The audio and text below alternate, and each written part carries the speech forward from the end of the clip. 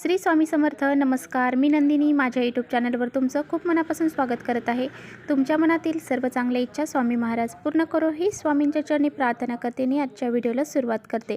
तत्पूर्वी तुम्ही जर चॅनलवर नवीन असाल तर चॅनलला सबस्क्राईब करा. त्याचबरोबर शेजारचं जे बेल आयकॉनचं बटन आहे ते प्रेस करा, जेणेकरून मी जेव्हा नवीन व्हिडिओ अपलोड करेन त्याचं नोटिफिकेशन तुम्हाला मिळेल आणि तुम्ही एकही व्हिडिओ मिस करणार नाही. तर चला करूया व्हिडिओला सुरुवात. व्हिडिओ आवडला तर लाईक करा. नवरात्रामध्ये पंचमी, सप्तमी, अष्टमी, नवमी या 4 तिथींना अतिशय महत्त्व असते.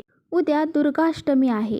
तर पहा, उद्या मातेचे महागौरी रूपाची पूजा केली जाते. म्हणजेच दुर्गा मातेच्या 8व्या रूपाची पूजा केली जाते. तिचा गोरा रंग असल्यामुळं तिचं नाव महागौरी असं ठेवण्यात आलं होतं. दुर्गा मातेच्या महागौरी रूपाची पूजा केल्याने दुर्गा माता ही आपल्यावरती प्रसन्न होते. या महागौरीच्या रूपाची पूजा केल्याने ती माता आपल्यावरती प्रसन्न होते आणि उपवास केल्याने प्रत्येक अशक्य काम शक्य करून आपल्याला आशीर्वाद देत असते. त्या दिवशी पहा, देवीला आपण नैवेद्य म्हणून नारळ अर्पण करणार आहोत. आता बघा, तुम्ही जे काही नैवेद्य नारळाचा देवीला दाखवणार आहात तर त्याचं तुम्हाला दसरा झाल्याच्या नंतर एखाद्या ब्राह्मणाला दान करायचं आहे किंवा मग तो नैवेद्य तुम्ही घरामध्ये सर्वांनी मिळून खाल्ला तरी चालेल.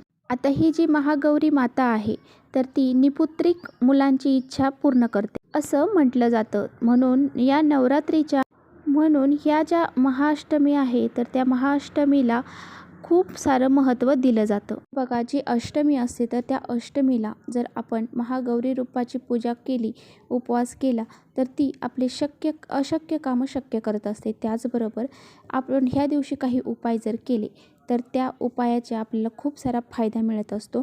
आपल्या घरामध्ये सुख, शांती, समृद्धी, ऐश्वर्य, लक्ष्मी नांदते. त्याचबरोबर आपले 7 पिढ्यांचे दारिद्र्य नष्ट होऊन जाते.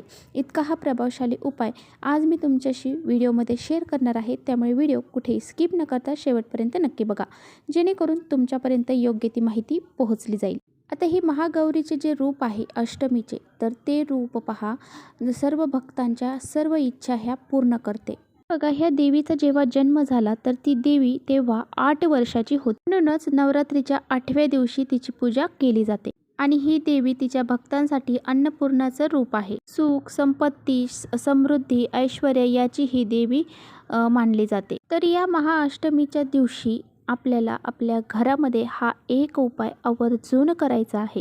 पहा, हा एक विड्याच्या पानाचा उपाय आपल्याला आपल्या घरामध्ये आवर्जून करायचा आहे. बघा, तुम्ही नवरात्रीमध्ये कोणतीच सेवा केली नाही, कोणतेच उपाय केले नाही आणि कोणतेच उपवास देखील केले नाही, तर मग तुम्ही फक्त हा एक उपाय केला तरी तुम्हाला सर्व सेवा, सर्व उपाय यांचे फळ मिळून जाईल. बघा, आपल्या घरामध्ये बघा खूप सारा पैसा आहे, संपत्ती आहे, परंतु त्या घरामध्ये आपल्याला सुख नसतं. आपण हवं तसं जीवन जगू शकत नाही. कधी पैसा असून देखील आपण त्या पैशाचा उपभोग घेऊ शकत नाही. म्हणजेच काय, तर आपल्याला त्याचं सुख लागत नाही. काही ना काही घरामध्ये अशा अडचणी असतात. म्हणजे काही ना काही गोष्टी ह्या असतातच. म्हणजे पैसा असो तरी सुख नाही आणि पैसा नसला तरी सुख नाही. काहींच्या घरामध्ये लक्ष्मीच येत नाही किंवा मग आली तरी ती घरामध्ये टिकत नाही.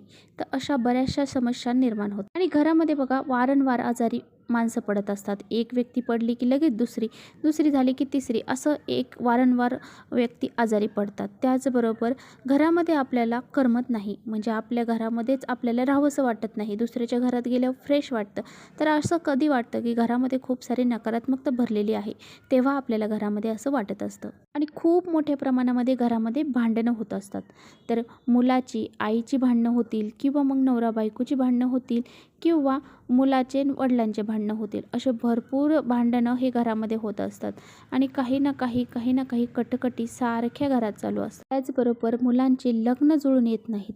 जर मुलं मोठी असतील तर त्यांचे लग्न जुळून येत नाहीत किंवा मग जे मुलांचे लग्न झालेले आहेत तर त्यांना संतान प्राप्ती होत नाही. अशा बऱ्याचशा अडचणी आपल्याला बघायला मिळतात. बघा, तुम्हाला काय करायचं आहे तर उद्याच्या दिवशी तुम्हाला ही सर्व संकट, अडचणी सर्व काही दूर करण्यासाठी, घरामध्ये सुख शांती निर्माण होण्यासाठी आपल्याला एक विड्याचं पान अशा ठिकाणी ठेवायचं आहे. आता बघा, तुम्हाला हा उपाय कुठे करायचा आहे. तुमच्या घरामध्ये घट बसवलेला असेल तर त्या घटासमोर तुम्हाला बसून हा उपाय करायचा आहे. नसेल बसवला, अखंड दिवा लावलेला नसेल तर मग तुम्ही हा उपाय तुमच्या देवघरासमोर करायचा आहे. तुमच्या घरामध्ये जी कुलदेवी असते ना देवघरामध्ये, तर त्या कुलदेवीसमोर आपल्याला हा उपाय करायचा आहे. तर बघा बरेच जण असंही म्हणतील की आमच्या घरात कुलदेवी देखील नाही, आम्ही घटही बसवत नाही, अखंड दिवाही लावत नाही, कुलदेवी नाही आमच्या घरात, मग आम्ही कसं करायचं? तुमच्या घरात अन्नपूर्णा देवी तर असेल तर अन्नपूर्णा देवीच्या समोर तर तिच्यासमोर करायचं आहे. तर पहा अष्टमीचा जो दिवस असतो तर त्या देवीला पहा अन्नपूर्णाचं स्वरूप मानलं जातं. तर आपण हा उपाय अन्नपूर्णा देवीसमोर सुद्धा करू शकतो. जर तुम्ही घट बसवत नसाल, तुमच्या घरामध्ये कुलदेवी नसेल तरच असा हा उपाय करायचा आहे. आणि जर घट बसवत असताल, तुम्ही दिवा बी लावत असताल तर मग तुम्ही हा उपाय घटासमोर करायचा आहे. आता बघा जे विड्याचं पान आहे तर त्या विड्याच्या पानाचं आपल्याला तांबूळ बनवायचं आहे. म्हणजेच काय तर त्याचा विडा तयार करायचा आहे. तर ते कसं करायचं आहे? तर यामध्ये कोणत्या कोणत्या वस्तू वापरायच्या आहे हे मी तुम्हाला सांगणार आहे. जर तुम्हाला घरी बनवता येणार नसेल तर तुम्ही दुकानातून जे पानाचं दुकान असतं तिथे तांबूळ विचारलं तर तुम्हाला मिळून जाईल. तुम्ही फक्त त्यांना असं म्हणायचं की मला पूजेसाठी हे तांबूळ पाहिजे. परंतु हे तांबूळ तुम्ही घरीसुद्धा बनवू शकता. की असेल तर तुम्ही घरी बनवा आणि नसेल शक्य तर तुम्ही पान शॉपवरून बनवून आणलं तरी चालेल.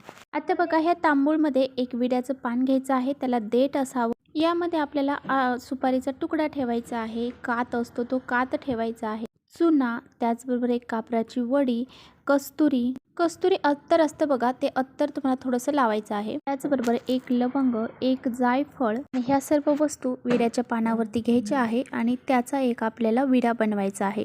म्हणजेच त्याचं एक आपल्याला तांबूळ बनवायचं आहे. हे अशा प्रकारचं तांबूळ बनवायचं आहे आणि ते तांबूळ आपल्याला म्हणजेच काय तर एक विडा बनवायचा आहे आणि तो विडा आपल्याला देवीला अर्पण करायचा आहे. आता बघा जिथे तुम्ही घट बसवलेला आहे तिथे तुम्ही हा विडा अर्पण करायचा आहे. आणि आता जर तुम्ही घट नाही बसवलेला तर मग तुम्हाला सांगितल्याप्रमाणे तुमच्या कुलदेवीला किंवा मग अन्नपूर्णा मातेला हा विडा अर्पण करायचा आहे.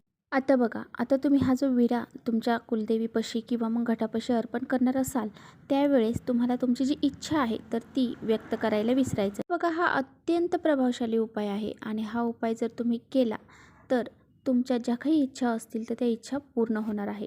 त्यामुळे आपल्या ज्या काही इच्छा आहेत तर त्या व्यक्त करायला अजिबात विसरायचं नाही. तर उद्याच्या दिवशी पहा अष्टमी आहे आणि ह्या अष्टमीच्या दिवशी आपल्याला देवीला असा हा विडा अर्पण करायचा आहे. त्यामुळे उद्या अजिबात हा विडा अर्पण करायला विसरायचं नाही. आणि त्याचबरोबर उद्याच्या दिवशी पहा आपल्याला तर बघा प्रत्येक वेळेस आपण पाहिलेलंच आहे, आपण कोणतंही शुभ कार्य करताना देवीचे शुभ कार्य करताना किंवा मग आपल्या घरातील जे काही लग्न वगैरेमध्ये सुद्धा आपण पानाचा विडा अगोदर ठेवतो आणि त्यानंतरच बाकीच्या गोष्टी करत असतो. म्हणजेच घरामध्ये प्रवेश असेल किंवा मग लग्नामध्ये मंडपात बसायचं असेल तरीसुद्धा आपण अगोदर हा पानाचा विडा ठेवत असतो आणि नंतरच ह्या गोष्टी करत असतो. त्याचप्रमाणे सर्व मंगल घडण्यासाठी आपल्याला देवीला हा विडा अर्पण करायचा आहे. विड्याच्या पानाचे भरपूर सारे फायदे आहेत. तर पहा आपण सुरुवातीला पहिल्या दिवशी घटाला विड्याच्याच पानं घातलेले आहेत, त्याचबरोबर माळसुद्धा घटाला विड्याचीच घातलेली आहे. म्हणजे विडा हा प्रत्येक गोष्टीमध्ये यूज होतो म्हणजेच वापरला जातो. तर कोणतेही मंगल कार्य असू द्या त्यामध्ये विड्याच्या पानांना खूप सारे महत्त्व आहे. त्यामुळे असा विड्याच्या पानांचा उपाय करायला तुम्हाला उद्याच्या दिवशी तरी अजिबात विसरायचं नाही. तर चला करते इथेच व्हिडिओचा एंड. व्हिडिओ आवडला असेल तर नक्की लाईक करा. चॅनलवर नवीन असाल तर चॅनलला सबस्क्राईब. परत भेटूया अशा छानशा व्हिडिओसोबत. तोपर्यंत श्री स्वामी समर्थ.